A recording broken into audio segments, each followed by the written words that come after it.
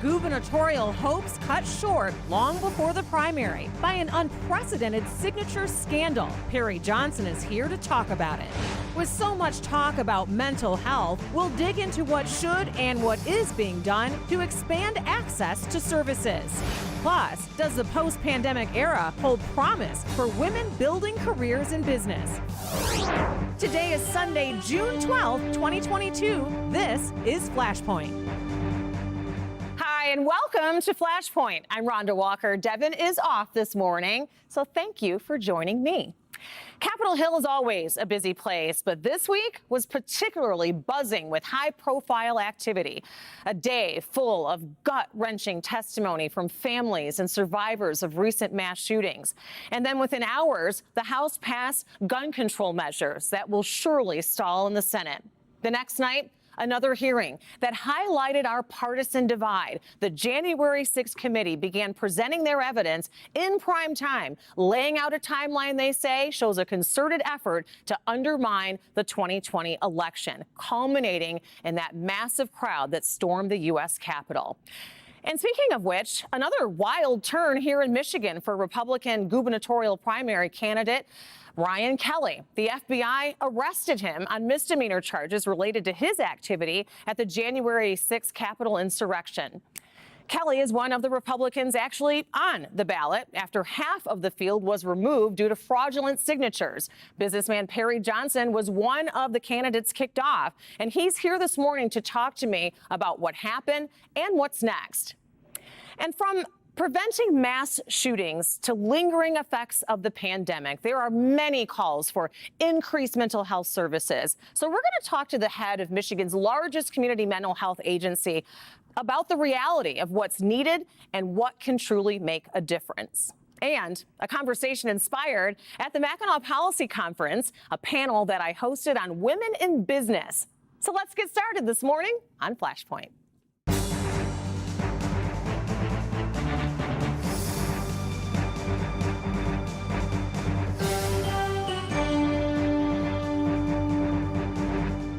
Michigan's primary is still nearly 2 months away, but this year's gubernatorial race is already a roller coaster ride for the record books. The Republican side started with 10 candidates until 5 were disqualified from the ballot for fraudulent signatures.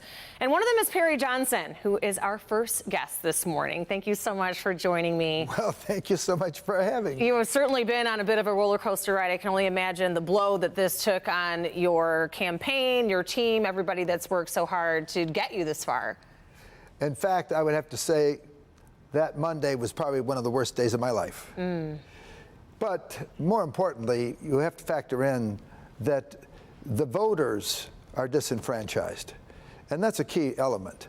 You have people that signed the petitions, and the main reason for the petitions to begin with is that you have to make sure you have reasonable support. Right. But it's no secret I was number 2 in the polls, and I'd only been running for 3 months.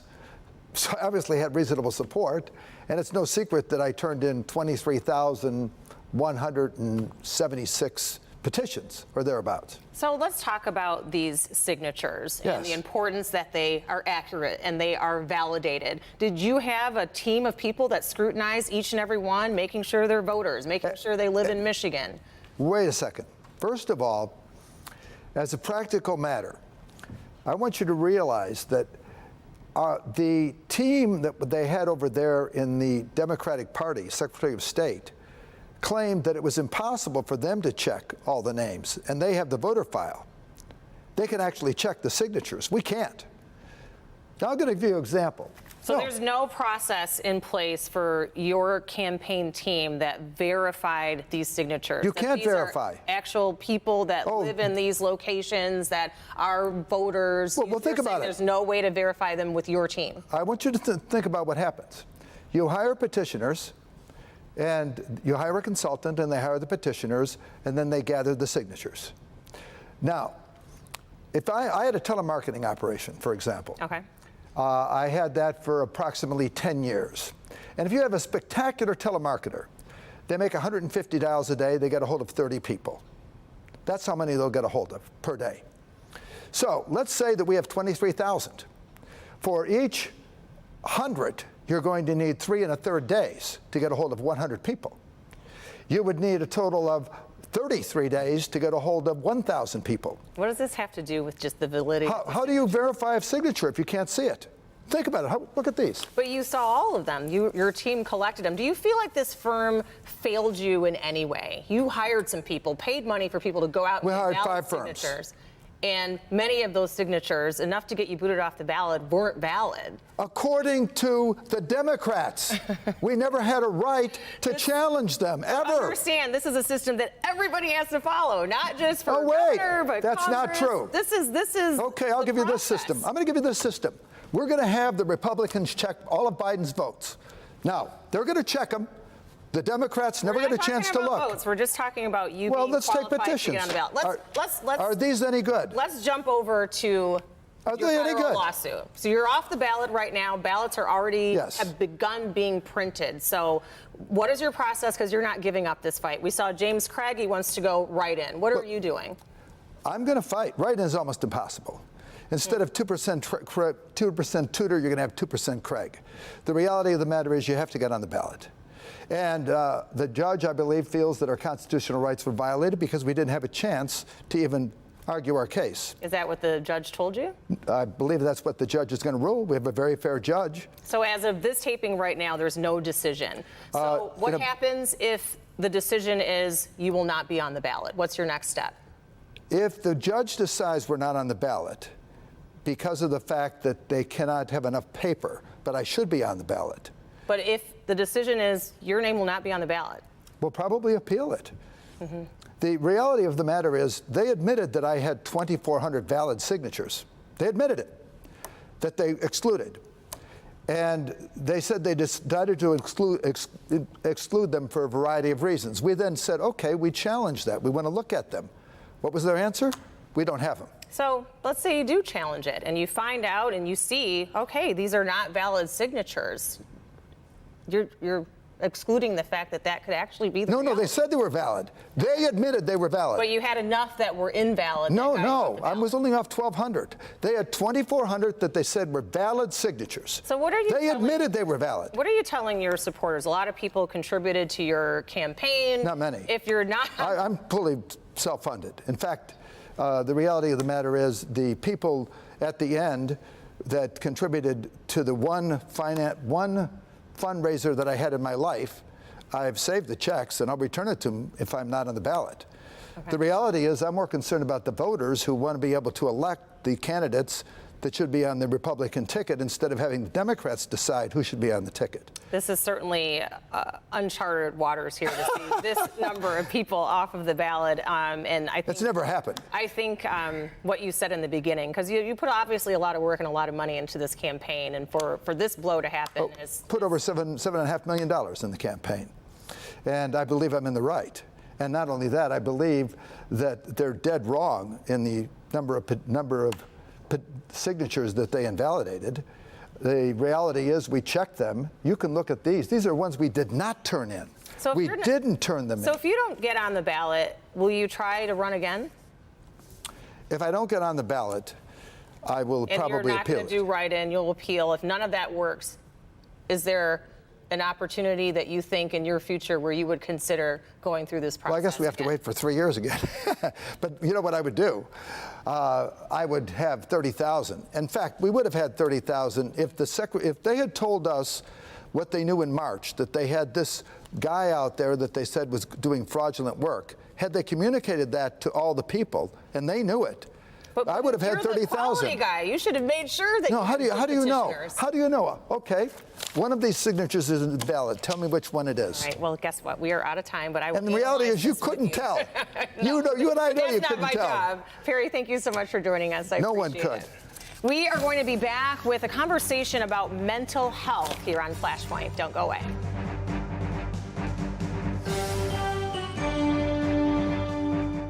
When news happens in your neighborhood, Winning is in this Beecher community's DNA. What does this school mean to this community?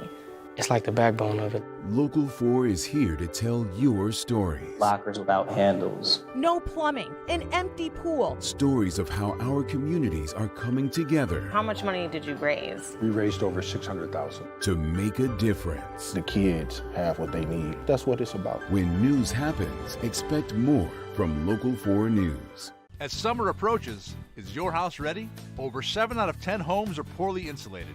Is yours? Here are some of the signs. Is your house too cold in the winter? Is it too hot in the summer? Does your furnace and AC run almost non-stop? Do you have different temperatures in different rooms? Are your energy bills too high? You don't need a new home. You need better insulation. And right now, when we foam your walls, we'll insulate your attic for free. USA Insulation. The time to save is now at Gardner White as all stores celebrate another grand opening sale. Introducing the new Beauty Rest Black Mattress Collection with more cooling power and more comfort with natural and luxurious materials. In stock with the lowest price period and save with up to $1,000 off. Sleep on it tonight with free same-day delivery and pay later with 0% financing up to 60 months as low as $1 a day. Plus free gifts only at Gardner White. It's almost time for fireworks fun, but small mistakes can have huge consequences. These things can kill you. What are the simple things and easy things you can do to have a safe fireworks show? Then, Father's Day is coming, and what could be better than getting him on TV to celebrate? Find out how to make it happen. Plus, before you head out of the door, get a first look at the roads and what the weather has in store. Wake up with us Monday morning on Local 4, then streaming at 7 a.m. on Local 4 Plus.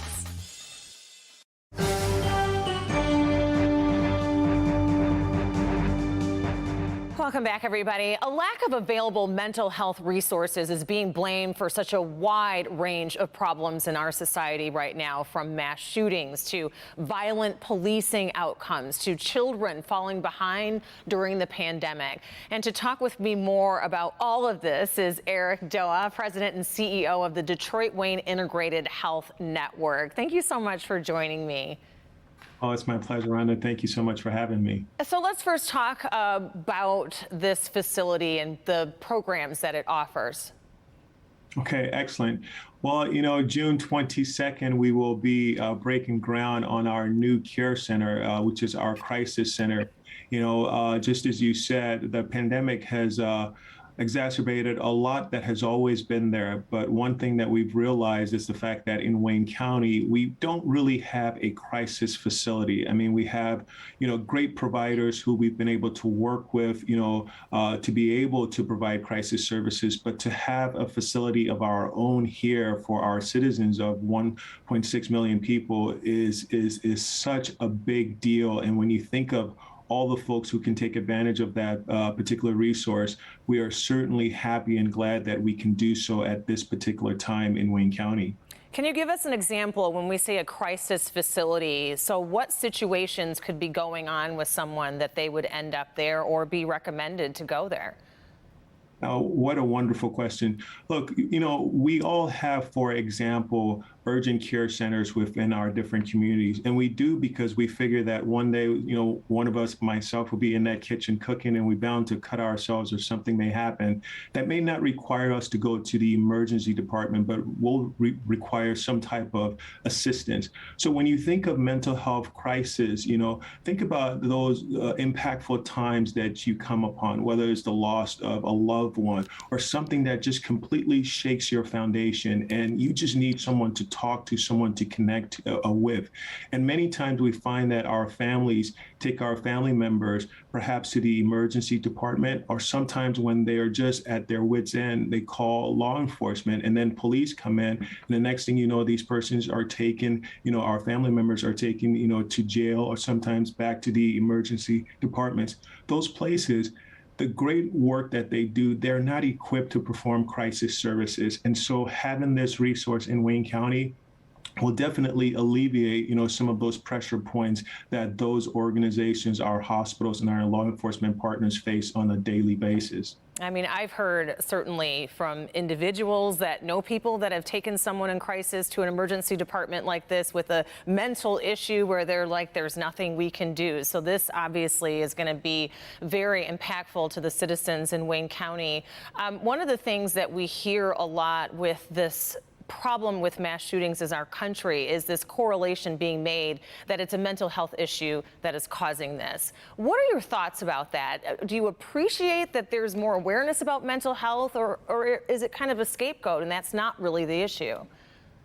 Look, I tend to lean more towards the former. And I think, if we're being realistic here and we look at the crimes that happen each and every day, gun violence, those violence and violent crimes are not perpetrated by folks with, many of them, with mental health challenges. I mean, I'm a former prosecutor from the county level all the way to the federal level, and I can tell you what I face each and every day in those courtrooms.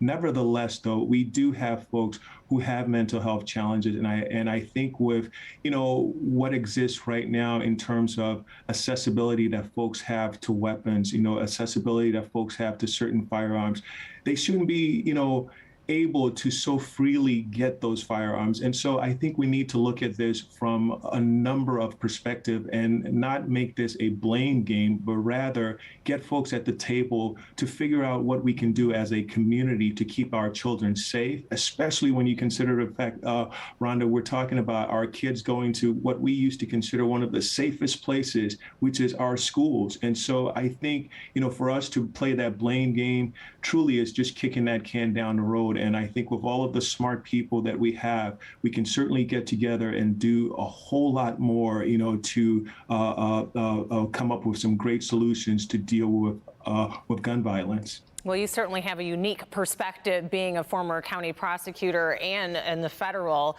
environment as well. Do you think right now we are dealing with more mental health problems, more people dealing with mental health challenges, or is there just more awareness? I think it's more of an awareness that exists, but let's not forget the importance that COVID has played in certainly changing our perspective and how we view things. I mean, look, for some 2+ years, Rhonda, we weren't connecting with each other the way we were used to. Our kids were learning remotely. Some of our kids didn't even have access to resources. Some of our kids didn't even have access, to technology. And so you exacerbate that with, a health system that certainly has disparity within there. You are now adding to problems that have already existed. And let's not forget some economic conditions that have also played an important role too. Housing, transportation, these are all things that sometimes get folks so frustrated. And when those things build up and you have, whether they're mass shootings, whether they are, things that are happening within our society, within our communities, it just becomes more apparent. And let's not forget too, when you have prominent athletes, folks who we look upon as being untouchable and so great, Naomi Okazaki, for example, talking about her mental health challenges, it brings to light that folks are not alone, that there are people who we have come to see bigger than life, who experience these challenges as well. Naomi Osaka and many other professional athletes and actors talking about dealing with anxiety and other mental health challenges has certainly raised a spotlight, and important because it enables people to seek help where maybe they would not have otherwise. So congratulations on the groundbreaking that's coming up a little bit later this month for the Detroit Wayne Integrated Health Network. And thank you so much for joining me, Eric. I appreciate it. Thank you so much for having me. And we'll be back in a moment. Stay with us.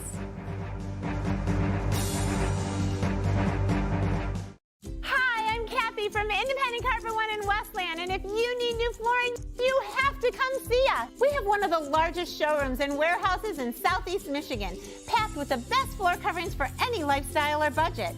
We have a huge selection of carpet, laminate, hardwood, and vinyl flooring, along with custom area rugs. Take advantage of warehouse pricing and our certified installers who will ensure your floor is perfect. For over 50 years, Independent Carpet One has been the one store for your perfect floor. Introducing the new 3-for-1 bundle, only from Xfinity. It's unlimited internet, streaming, and Xfinity Mobile, all for what you could pay wireless companies for just one 5G unlimited line. Boom shakalaka! And now, also with Xfinity Internet, you can get unlimited data, Wi-Fi equipment, and a free streaming box included with a 2-year rate guarantee and no contract. All for just $30 per month when you add an Xfinity mobile plan. It's a whole new way to save with Xfinity. Switch today. How can you tell if a business is trustworthy? Is it the number of reviews or their overall star rating? And how do you know those reviews are from actual customers? At BBB.org, reviews are verified by Better Business Bureau team members before they're published. So why spend time looking at multiple review sites when you can get all the info in one place? Whether you need home repairs, financial advice, or just want to get back in shape, visit BBB.org to begin your search today. Start with trust. Start at BBB.org. 1 hour. The world we live in. Metro Detroit and farther away. 1 hour. The stories we're all living through and the changes they bring. All in 1 hour. The most trusted hour. Local 4 News at 6. NBC Nightly News with Lester Holt at 6:30.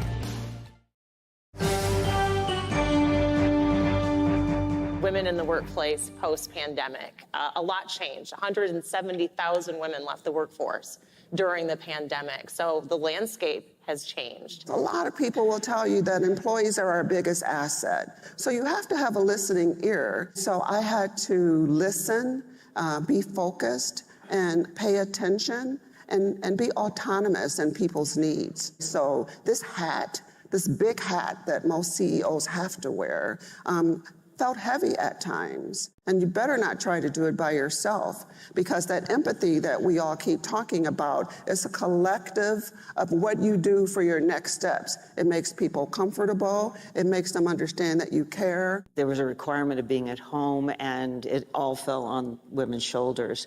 Now the question is how do you bring them back again? And what I've seen, there are a lot of women who either are, during that period of time, started really reevaluating what they want to do. You have to believe that you can, and you have to have good mentors and create good relationships. The favor that I was able to achieve in this white male-dominant environment was one that people began to appreciate your ability when you are consistent. Talked about having mentors. You also need sponsors, and there is a difference. Sponsors, folks that are going to make that pathway, create that opportunity for you because they see you in action. And I oftentimes coach other women leaders that, you need mentors, but you also need sponsors. And those are the folks that are going to open doors for you. Now, and I think in all companies, whether it's, corporations or boards, all of this requires intentionality. And I think there's more intention on the part of the leaders that there has to be more women, has to be more women of color. And people of color filling these ranks. Same thing with board. And we have a lot. As African-American women, we have a different perspective, we have different experiences, and they are valued and certainly can offer great value to companies. What I often coach folks on is, figure out where you want to grow and learn. Match up what you're great at with where the biggest challenges are. Now I think, thankfully, there are so many more women in the workplace. And I do think, and while there's men available to help, I think there's a really strong bond between women that really are here to support each other. And frankly, and that's kind of one of the inspirations of Boss Blue, of just having a sense of a network of women who you feel comfortable you can reach out for guidance and for support. So I actually think that this is really kind of one of the most exciting times right now, because the way in which people are working have changed due to technology. Depending on your skill set, you can really design the kind of job that you want. And for others, I think there's a greater opportunity, and it's certainly what we're trying to do at Boss Blue. So those were some of the highlights from a panel on women in business that I moderated at the Mackinac Policy Conference. And for more on what is Boss Blue, joining me now is the Engagement and Philanthropy Manager for Boss Blue, Maya Davis. Thanks for coming on. Thank you so much for having me, Rhonda. I'm so excited. Folks that haven't heard about it, talk about this space for women called Boss Blue. Yeah, so Boss Blue is a nonprofit organization dedicated to women's empowerment and creating access and opportunity for women and non-binary individuals in Detroit. So it's this networking space, a beautiful home that was renovated in Midtown, right near Wayne State's campus. Talk more about the opportunities there from the CEO level to someone just entering the business world. Our organization is available for opportunities from everyone from college students all the way to advanced CEOs and those individuals at the leadership level. So we have opportunities for educational programming, engagement, social and networking event, as well as opportunities for the community as well to enjoy our space through our first floor access. And so this is a membership-based opportunity, so you do have to become a member, but that's the only requirement, right? That is correct. And then there's, I understand, a fitness center in there. You can go have lunch. You can have meetings in the space. Yes. It's a lovely space. That is correct. And within our health and wellness space, our focus, in addition to, of course, health, is on mental wellness, mindfulness, meditation. We have various partnerships with women-owned businesses and operated businesses in the city to support our mission as well. And a lot of mentoring relationships between those CEOs and those young entrepreneurs or young business people, a lot of opportunities and programs for them. Yeah, so two of our programs that we have right now is that we just launched our mentorship program this week, as well as our inaugural Founders and Funders Pitch Day that we're excited to be hosting on June 16th in our space, where we invite women and entrepreneurs to participate in this pitch day for the opportunity to receive a $5,000 grant from Boss Blue. Wow, that is fantastic. So in terms of becoming a member, what's the next step if someone's interested? If they're interested in becoming a member of Boss Blue, they can reach out to us directly at www.bossblueus.com. All right. Well, Maya, thank you so much for coming in. We appreciate it, and all the best to you and Boss Blue. Look forward to visiting it there again soon. It's such a cool space. And I want to thank all of you for joining us. And Devin will be back next week. Meet the Press is next. Have a great Sunday, everyone.